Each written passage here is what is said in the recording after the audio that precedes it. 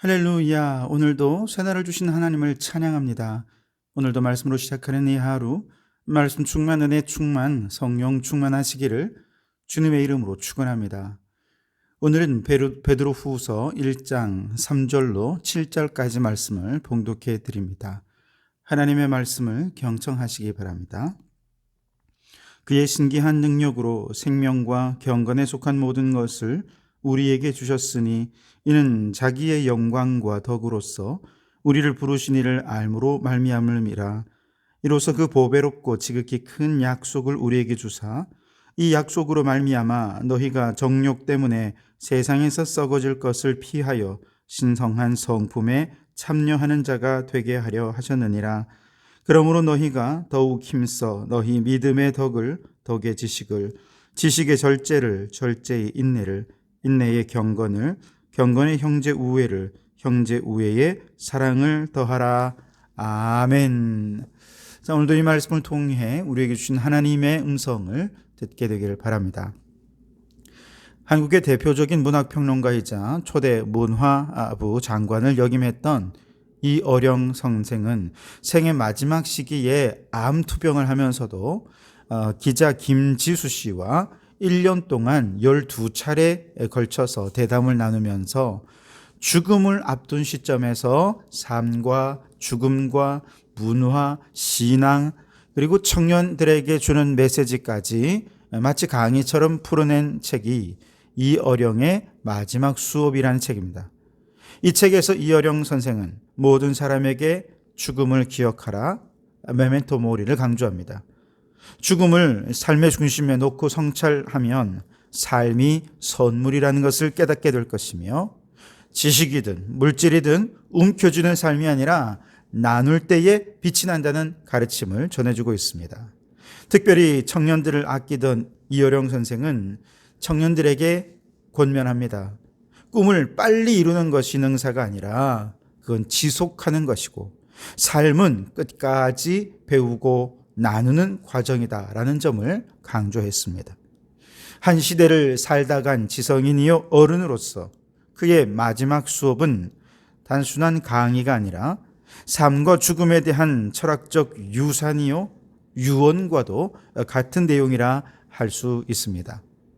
베드로 후서는 베드로 사도가 자신이 죽음이 가까웠다는 것을 느끼고 있는 상태에서 어떻게든 이 육신의 장막을 벗어나기 전에 조금이라도 더 성도들을 영적으로 일깨워 주고 싶어하는 마음으로 마지막으로 유언처럼 남긴 서신이 바로 베드로 후서입니다.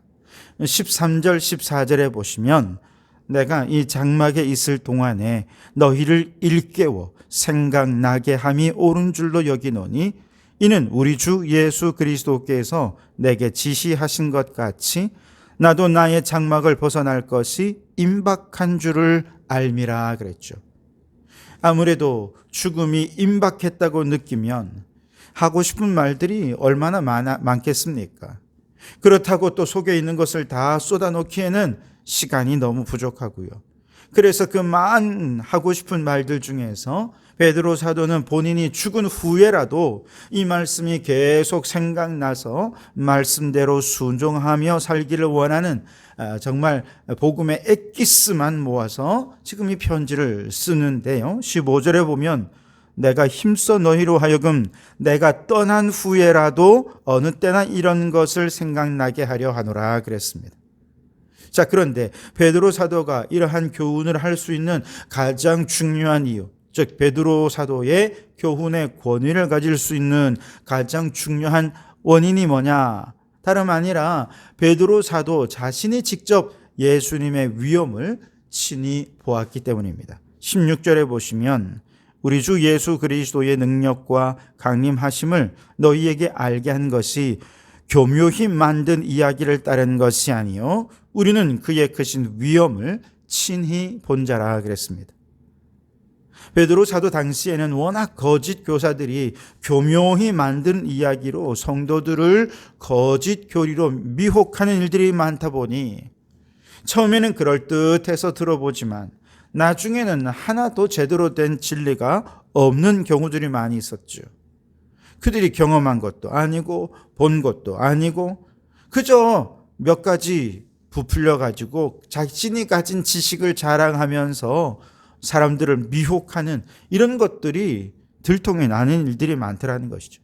하지만 베드로 사도는 어떻습니까? 예수님과 3년 동안 함께 먹고 함께 자고 함께 모든 시간을 보내는 중에 고통도 함께하고 즐거움도 함께하면서 주님께로부터 직접 듣고 보고 체험하면서 온 몸으로 배운 그 엄청난 진리들을 전할 수 있는 거죠.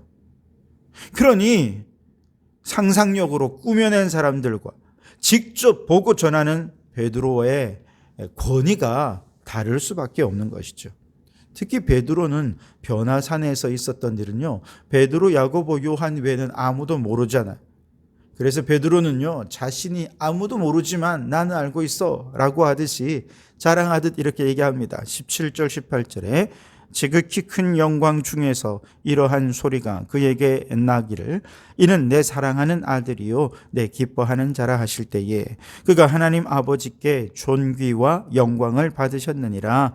이 소리는 우리가 그와 함께 거룩한 산에 있을 때에 하늘로부터 난 것을 들은 것이라 그랬습니다. 자, 내가 이처럼 남들이 경험하지 못한 것을 경험했고 보지 못한 것을 보았고 듣지 못한 것을 예수님 가장 가까이에서 보고 듣고 경험한 사람이니 거짓 교사들과 비교하지 말고 권세 있는 증언의 말씀으로 들어라 라고 하는 것입니다. 자, 그렇다면 죽음을 앞둔 노 사도가 예수님 가장 가까이에서 누구보다 오랫동안 예수님을 경험하며 깨달은 신앙의 엑기스, 마치 유언처럼 남기고 싶은 내용이 무엇이냐? 오늘 4절에 보시면 이로써 그 보배롭고 지극히 큰 약속을 우리에게 주사 이 약속으로 말미암아 너희가 정욕 때문에 세상에서 썩어질 것을 피하여 신성한 성품에 참여하는 자가 되게 하려 하셨느니라. 아멘. 하나님께서 우리에게 보배롭고 큰 약속을 주셨다는 것입니다. 이 약속이 핵심입니다. 그런데 그 약속이 뭐냐? 모든 믿는 사람들은 신성한 성품에 참여하는 자가 되게 하셨다라는 약속을 주셨다는 겁니다. 그렇다면 신성한 성품이란 무엇이냐? 즉 사람에게 없는 신이신 하나님에게만 있는 성품이죠. 이것을 신학적으로는 비공유적 속성이라고 말합니다. 원래 인간은 하나님의 형상으로 창조된 존재이기 때문에 하나님과 공유할 수 있는 성품을 인간의 내면에 담아주셨습니다. 이걸 공유적 성품이라고 하죠. 그러나 인간은 하나님이 결코 될 수 없죠. 하나님과 인간은 질적으로 다르기 때문인데요. 이처럼 하나님과 인간을 질적으로 갈라놓는 인간의 속성은 죄고 유한성이라고 한다면 하나님에게만 있는 신성한 성품, 비공유적 성품도 있는 거죠. 그런데 우리가 예수님을 믿으면 보배로우신 하나님의 성품에 참여할 수 있게 해 주셨다, 약속해 주신 겁니다. 자, 그렇다면 인간이 예수님을 믿음으로 신성한 성품에 참여할 수 있는 것, 어떤 성품이 있을까요? 여러분, 인간이 예수님을 믿었다고 갑자기 전지전능해지진 않겠죠. 인간이 예수님을 믿는다고 온 세상에 편재하는 것도 아닐 것입니다. 하지만 한 가지 하나님의 성품에 참여할 수 있다고 약속해 주신 분명한 것이 있는데 그것이 바로 영생입니다. 요한복음 3장 16절 하나님이 세상을 이처럼 사랑하사 독생자를 주셨으니 이는 그를 믿는 자마다 멸망하지 않고 영생을 얻게 하려 하심이니라. 아멘. 누구든지 예수님을 하나님의 독생자로 믿으면 영생이라는 하나님의 성품에 참여할 수 있게 된다는 거죠.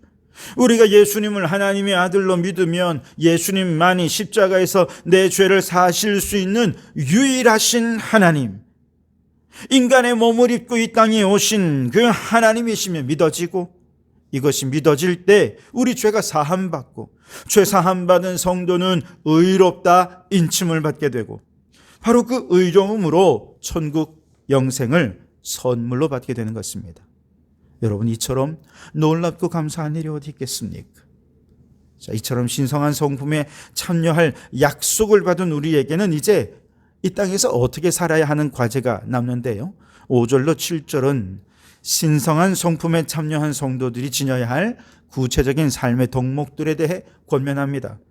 그러므로 너희가 더욱 힘써 너희 믿음의 덕을 덕의 지식을, 지식의 절제를, 절제의 인내를, 인내의 경건을, 경건의 형제 우애를, 형제 우애의 사랑을 더하라 그랬습니다. 신성한 성품에 참여한 성도들, 하나님의 자녀들, 우리에게 가장 기초적인 삶의 덕목은 믿음이라는 것이죠. 믿음은 전적인 하나님의 선물이고 우리를 기꺼이 받아주시는 하나님의 은혜에 대한 응답이기도 합니다. 그리스도인은 믿음을 통해 구원을 얻게 되었고 세상과 썩어질 것을 피하고 하나님의 성품에 참여하는 것도 오직 믿음으로만 가능한 것이죠. 그래서 이 믿음은 그리스도인의 삶의 가장 밑바탕이 되는 덕목이라 할 수 있겠습니다. 베드로는 이 믿음 위에 덕을 공급하라고 권면합니다. 여기서 덕이란 3절에 보면 이는 자기의 영광과 덕으로서 우리를 부르신 이라는 표현이 나오거든요. 자기의 영광과 덕이라고 할 때 이 자기는 그리스도죠. 다시 말해서 영광과 덕은 누구에게 속한 것입니까? 그리스도께 속한 것이라는 거예요. 헬라 철학에서 덕은 인간의 자질에서 유래한 것이라 가르칩니다. 그러나 성경이 말하는 덕은 바로 성령의 자비로운 은혜로 주어지는 그리스도의 성품입니다. 성령으로 거듭나서 하나님의 형상을 되찾은 새 피조물인 성도들의 행동의 특성이 바로 덕입니다. 예수님을 믿는 성도들이 예수님을 닮아가려 할 때 얻을 수 있는 도덕적 탁월성이 바로 덕인 것이죠. 만약에 믿음이 있다라고 말하면서 예수님을 닮아가지 않는다면 그의 삶에는 덕이 부족한 것이죠. 이런 경우는 불신자들로부터 비난의 대상이 될 수 있기 때문에 믿음 위에 덕을 더해서 하나님의 영광을 드러내는 성도가 되어야 하는 것입니다.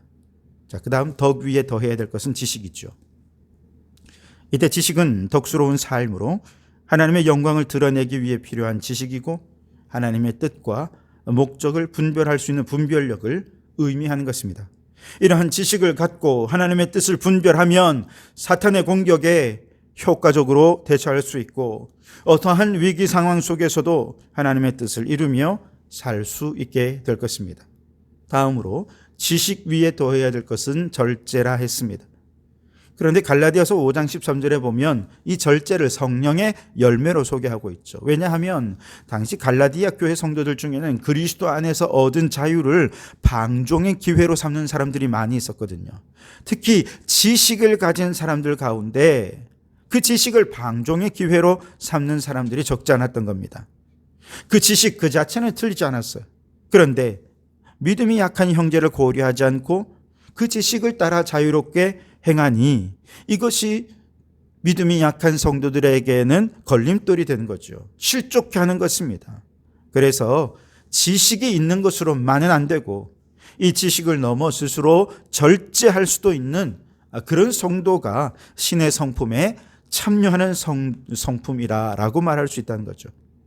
그 다음에 절제 위에는 인내를 더하는데 인내는 맹목적으로 그저 주어진 운명을 감수하라는 뜻이 아닙니다. 하나님의 약속에 대한 굳은 신앙을 가지고 그 약속이 성취될 때까지 어떤 고난과 핍박이 찾아와도 그것을 잘 이겨내는 능력이 바로 인내죠.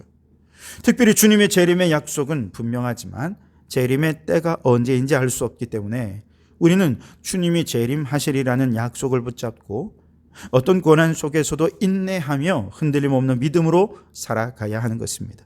인내 위에는 경건을 더해야 합니다. 경건이란 무엇입니까? 창조주 하나님과의 관계 안에서 인간의 하나님에 대한 겸손한 복종을 의미하는 것입니다.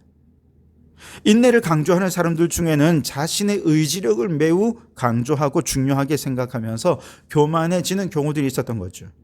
인내하되 교만하지 말고 하나님 앞에서 자신을 낮추고 오직 하나님의 뜻에 집중해서 그 뜻을 실천하는 경건이 반드시 필요한 것이었습니다. 그리고 경건 위에는 형제 우애를 더하라 그랬습니다. 여기서 형제는 믿음의 형제들이죠. 즉 믿음 안에서 한 가족된 형제들을 사랑하되 서로 죄와 허물을 덮어주고 서로의 짐을 함께 짐으로써 성령 안에 하나 된 공동체를 이루어야 합니다. 특별히 경건을 중요하게 생각하는 사람들 중에는 하나님과의 관계만 중요하게 생각하고 형제들과의 사랑을 무시하는 사람들도 있었기에 경건 다음으로 형제 우애를 강조한 것이죠. 마지막으로 믿음으로 시작된 그리스도인의 덕목은 사랑으로 완성이 됩니다.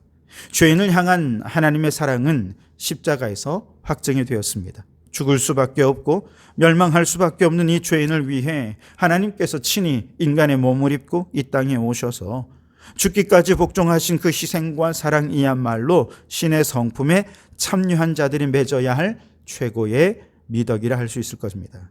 그러므로 여러분, 사도 베드로가 죽음을 직감하며 유언처럼 남긴 한마디, 예수님을 믿으면 신성한 성품에 참여하는 자가 될 수 있다. 하나님은 이것을 약속해 주셨고 그 약속은 반드시 이루어진다라는 것이죠.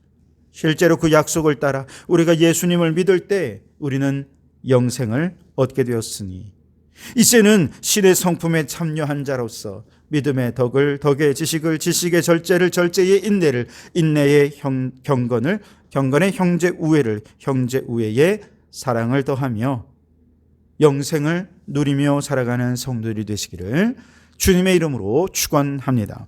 기도하겠습니다. 사랑의 하나님 아버지, 주께서 우리에게 신성한 성품에 참여할 수 있는 약속을 주시니 감사합니다. 예수 그리스도를 믿음으로 영생의 성품에 참여하게 하시니 이제 믿음의 덕을, 덕의 지식을, 지식의 절제를, 절제의 인내를, 인내의 경건을, 경건의 형제 우애를, 형제 우애의 사랑을 더하게 하옵소서.